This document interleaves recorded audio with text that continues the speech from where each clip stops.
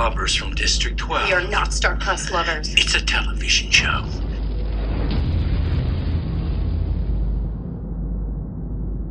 The Hunger Games, a series of fictional books written by Suzanne Collins, take place in a futuristic, dystopian country located in North America called Panem. Panem functions under a totalitarian government run by the wealthy and powerful capital, who each year subject 2 citizens from each of the 12 districts to fight in the Hunger Games.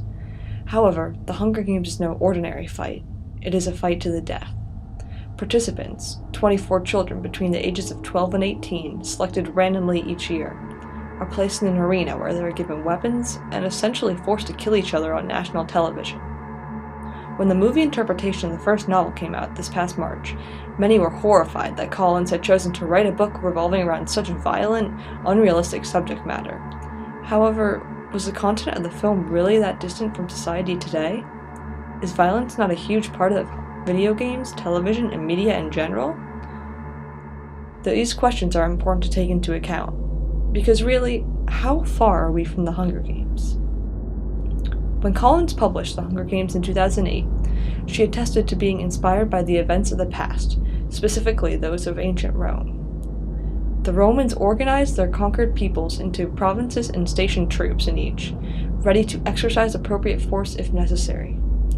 This description very accurately represents that of Panem, where guards known as peacekeepers are stationed in every district to ensure that rebellion does not occur. The games additionally have a distinct correlation with the gladiatorial games of ancient Rome, in which slaves and criminals were forced to fight to the death in front of an arena full of spectators. In all 12 districts of Panem, citizens are forced to watch the Hunger Games. While poorer districts simply view it on large screens, those living in wealthier parts of the country can not only watch it, but afford to take bets on their favorite contestants. While all of this seems cruel and unusual, is it not similar to reality TV? Many reality TV shows depict circumstances in life that are interesting, but in most cases would not want to be experienced by the viewers themselves. Would the people of Panem want to participate in the Hunger Games? Definitely not, but there is a comfort in watching others struggle and knowing that while you can become emotionally invested, it will most likely never happen to you. When watching reality TV, we often forget that what is happening is real, and we thus distance ourselves from it to the point of desensitization.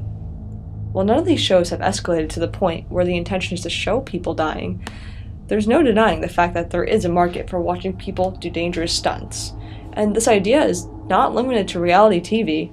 Boxing is a popular sport all over the world that is regularly televised, despite the hundreds of people who die each year while competing in it. And in Thailand today, there's an underground boxing league where young girls are forced by their parents to train, compete, and thus fight against each other.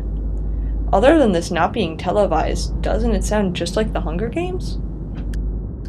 It would be foolish to say that in the year 2012 we are close to the Hunger Games.